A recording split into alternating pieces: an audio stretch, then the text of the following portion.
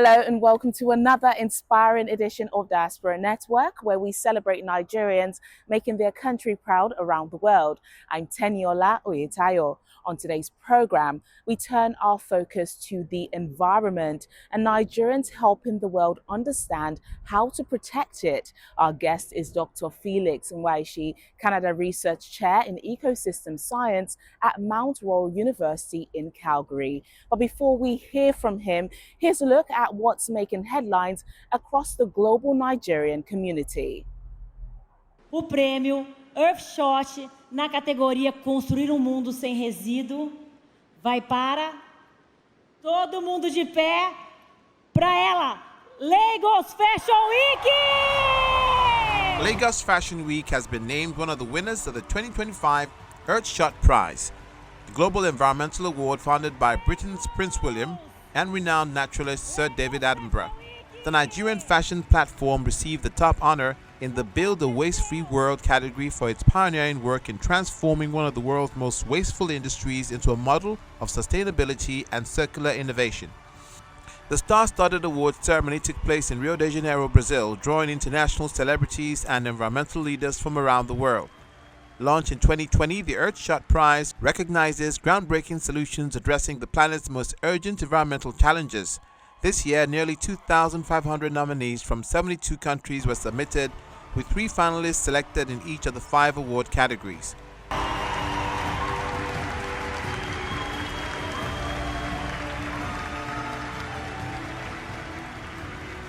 Lagos Fashion Week's recognition marks a major milestone for Africa's fashion industry, spotlighting its leadership in sustainable design, ethical production, and innovation.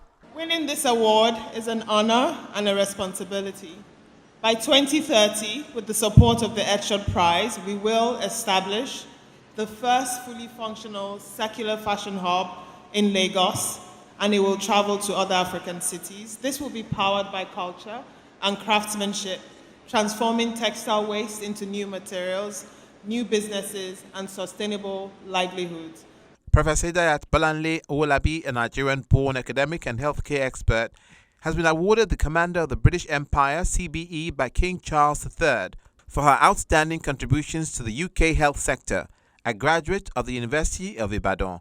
Professor Owolabi's recognition highlights the global impact and excellence of Nigerians in the diaspora. Similarly, Prince Nnamdi Eke, CEO of Konga Group, has received 2 major international honors, the Forbes Best of Africa E-Commerce Leadership Award 2025 and the Euroknowledge Award for Emerging Leadership on Digital Transformation. The awards recognizes his leadership in transforming the company into a major digital ecosystem and advancing Nigeria's reputation as a hub for innovation and tech-driven growth. For millions, climate change is no longer an abstract threat. It's already affecting livelihoods, food, security, and safety. Reducing its impact has never been more urgent. This week, we spotlight Nigerians in the diaspora who are taking action using science, innovation, and advocacy to protect the planet and build a more sustainable future. Take a look. The planet is warming faster than expected. 2024 was officially the hottest year ever recorded, and for the first time, the world's temperature rose above 1.5 degrees Celsius compared to pre-industrial levels.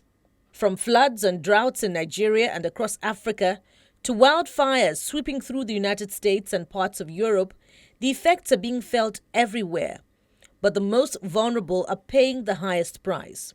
The impacts of climate change are accelerating.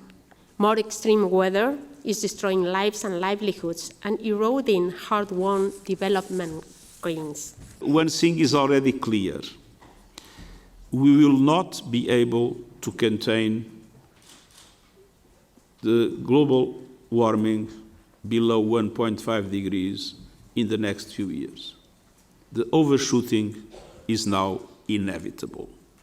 Still, scientists insist that urgent global action can limit the worst effects of climate change, and many Nigerians are part of that push for solutions. Adenike Oladosu is one of Africa's most vocal climate activists. After noticing a gap in climate awareness, she launched a Pan-African climate justice movement and has represented Nigeria at several UN climate conferences. She runs the I Lead Climate Action Initiative, promotes ecofeminism, and has received multiple international honors, including Amnesty International Nigeria's Ambassador of Conscience Award and appointed Climate Champion by Education Cannot Wait. Sharona Schneider is a Nigerian-Israeli climate activist and founder of the global grassroots initiative Tuesday for Trash. The movement encourages individuals around the world to dedicate Tuesdays to picking up trash while learning about the issues of waste management and demanding better environmental practices from big businesses. Established in 2020, the movement has since brought people from over 60 countries together to remove over 100,000 pounds of litter from the environment. In the United States, Unko Okina Solomon, a Nigerian environmentalist and researcher, is developing improved methods for wastewater monitoring and treatment, including nanotechnology solutions. Cleaner water systems reduce environmental damage and protect nearby communities, which matters in oil-producing and industrial zones. And from the private sector, Ayola Brimo, a Nigerian founder of Cycle Technologies based in Norway, is using artificial intelligence and even blockchain to make plastic recycling more efficient. His goal is to change how people see waste, turning it into something that creates income and supports a circular economy.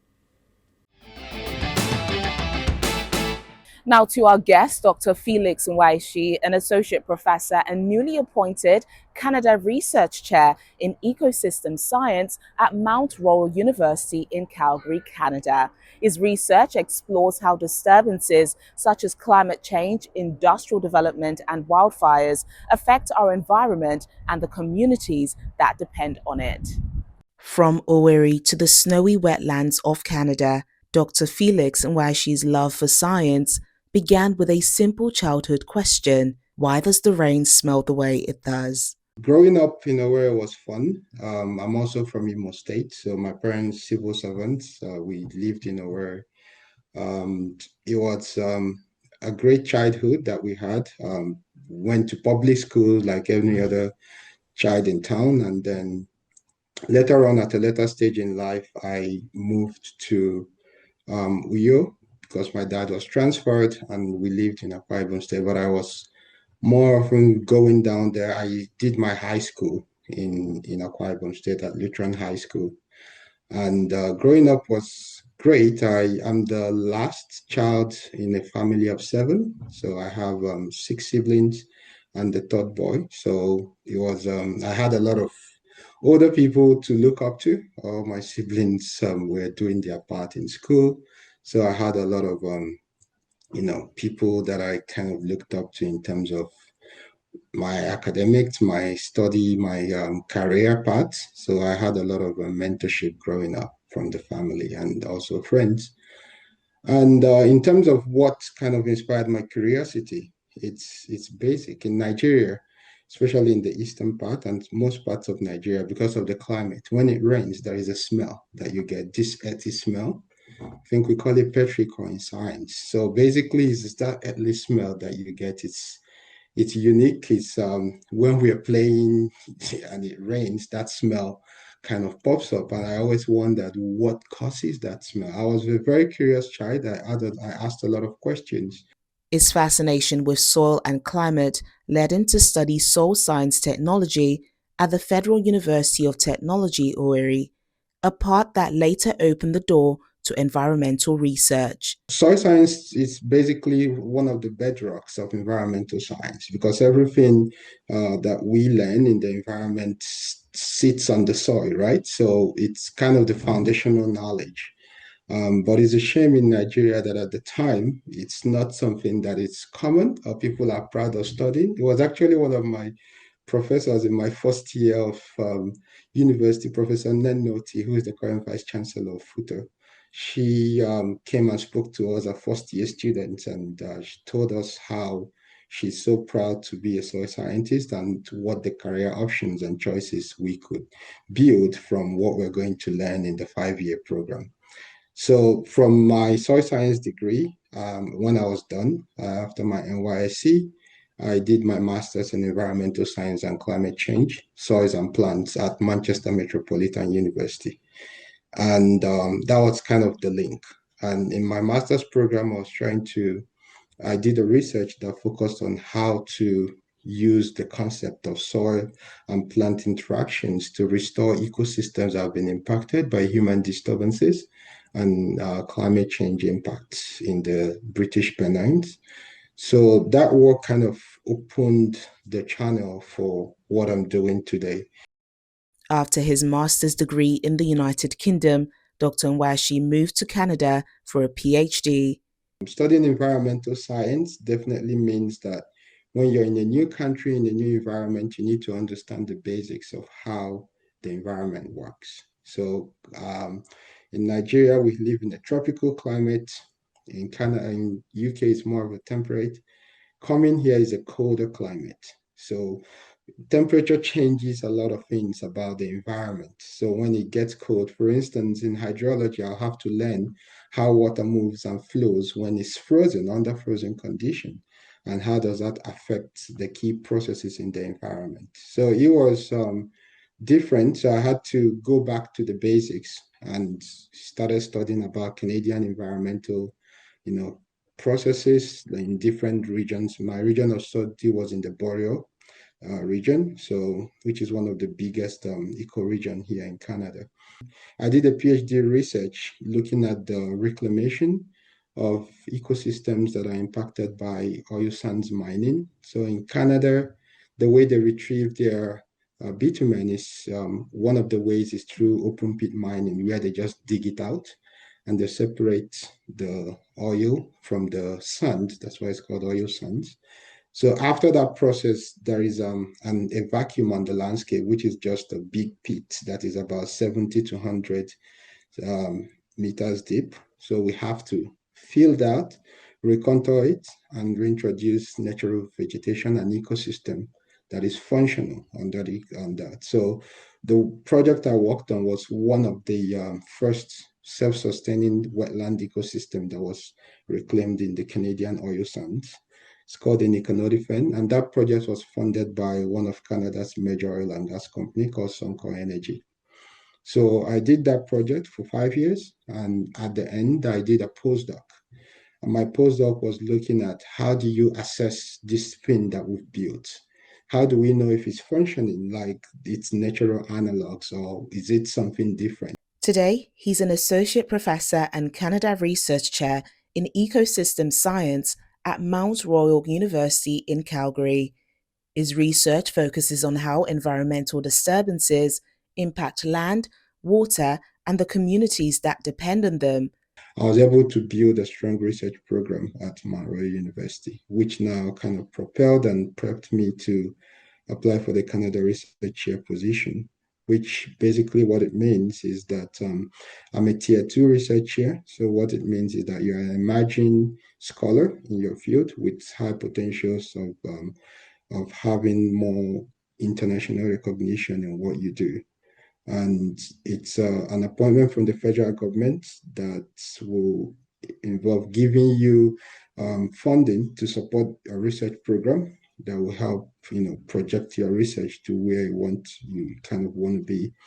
And so annually you get about $120,000 to support your research over a 5-year period in the first term, which it can be renewable for another 5 years. And with my Canada research, I also got the John Evans Leadership Fund, which is from the Canadian Foundation for Innovation. So it's funding the development of infrastructure, a research facility at my university that will be dedicated to my research. So that facility will be an integrated ecosystem research lab. And it will support the training of highly qualified personnel. It will help to drive research that will inform government policies and will also help industry address key challenges in environment. So and also working with indigenous communities in Canada to address some of the key environmental challenges that they encounter as a result of environmental change. So I'm hoping to develop my research program beyond what it is currently, within the next 5 years. When we return, we'll hear more from Dr. Nwaishi, including the actions he believes Nigeria must take to confront the growing threat of climate shocks. Please stay with us.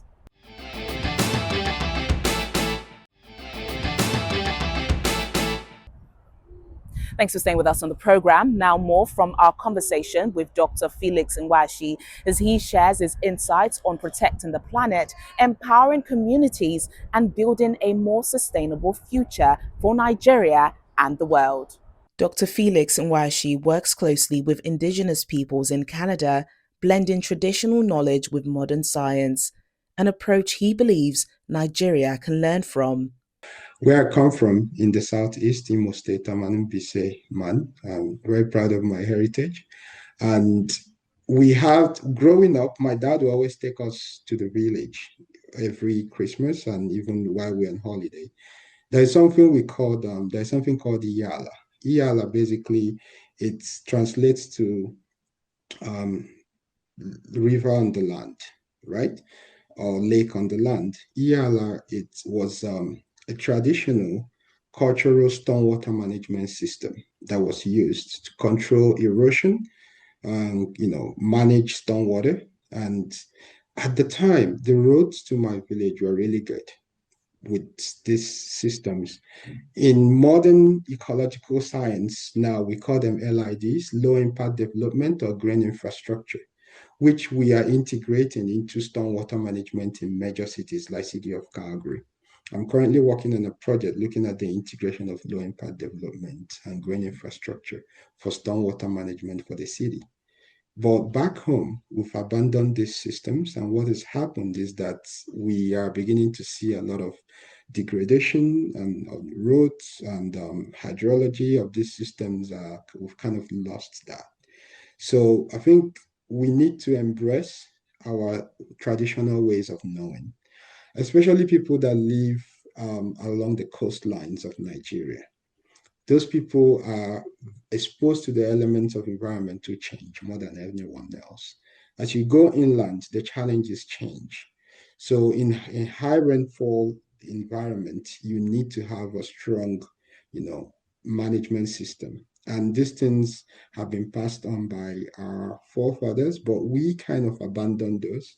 So understand that's what the indigenous people in Canada have done. And one of the things we're doing here is we are now merging science with traditional ecological knowledge. We are braiding the two together. And we are finding innovative solutions to challenges because science goes a step further to tell us more. And then indigenous knowledge is grounded because it's something that's evolved with this environment. So one thing I'll say with regards to that question is we need to go back and embrace that. In Nigeria, we had traditional forest conservation systems that some people call it evil forest. It's not. It's a conservation system that people in the old had, and they put some connotation to it so that people wouldn't have any reason to go into those systems. But what you see is that there is no regional planning in place that are respected by, so governments come in and they kind of start their own development processes where they even go to places that should not be touched and they just go and deforest those places. So some of the key conflicts that we've had in Nigeria, like issues about grazing rights, herdsmen attacks, all those things resolve. The foundational problem around those things are from environmental degradation. Right? And in the north, it started with the demise of the Lake Chad Basin. So there are a lot of, most of the challenges we face today in Lagos Island, flooding. There is no stormwater system that works in that place, which is an area that should have a very strong, well-planned stormwater management program. So we don't have that. So there is a lot of opportunity for us to learn from the ways of doing things that the people before us have actually done. Yeah. He also emphasizes the need for better planning, early warning systems, and community-based restoration in tackling environmental challenges. We need to start acting right away. We don't need to wait till it happens, right? We need to be proactive about it. We need to have a sound environmental plan that works for everybody, depending on where you live on the land in Nigeria. And the people that live again on the coastlines are the most threatened. And we see that most of these places, we are seeing the expansion of the ocean close to us, and it's coming inland. People are beginning to lose land. There's been flooding that's happened even in some parts of Middle Belt and Northern Nigeria in recent time. And we know how devastating those things are. And if we had a plan in place, these things happen in other parts of the world. The difference is that there is a plan in place. They also have a forecasting system that will predict that this is going to hit, this is going to happen, and they prep for it. So we need to, improve our game on how to mitigate and adapt to climate threat. Climate threat is not a Western problem. It's actually people in developing countries like Nigeria that are the most vulnerable to the impact, because it will hit the part of the country where people that under low income class are living. And then they are the people, and people that their livelihood depend on the land, like farmers. So we need to, go beyond what we just have on paper to start acting, institutionalize ecological restoration, institutionalize landscape conservation, institutionalize environmental climate change adaptations, and get those things, not just to pay lip service to it, but to actually get the boots on the ground. And that will even create opportunities, because one of the key challenges people talk about in Nigeria is youth unemployment. The environmental sector in developing countries is huge, and it employs a lot of people. I know how many students we graduate every year in the environmental science discipline in Canada, and about 90% of them get into jobs. The reason they have those jobs is because there are environmental policies in place for things to happen. For instance, Nigeria is building one of its major infrastructure, the coastal highway. And that project, if it was happening here, will have a lot of environmental impact assessment that is done, that is also publicly available. It's a 700-kilometer road. That is a lot of opportunity for communities along that route to be engaged, to participate, and you have that community buy-in, and which will help with the sustainability and success of projects like that. So we need to, improve on our environmental policy, environmental regulation policies, and also implement those things to safeguard our country. We have a very beautiful country, to safeguard our resources from the potential impact of environmental change. On a final note, he encourages the government to do more to harness the expertise of its diaspora. We haven't utilized our diaspora expertise a lot. Like we underutilize that. One thing that we find out among Nigerians in diaspora is that there is always this plan that we'll go home someday. So Nigeria is home for us. We don't leave. And the reason most of us left Nigeria is for better opportunities and to actually evolve and develop ourselves better.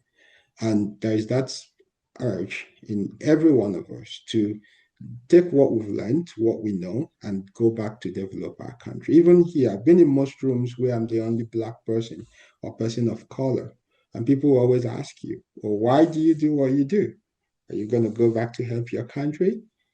And you really want to, but that opportunity does not always come up. So, if we're to do things right and also benefit from the rich expertise that we have in the Nigerian diaspora, I believe people are willing to support the development of the country. And that will help us go far. A lot of countries do it. Countries like Philippines, they do a lot with their diaspora. They see it as one of their major, assets as a country. Human development is huge.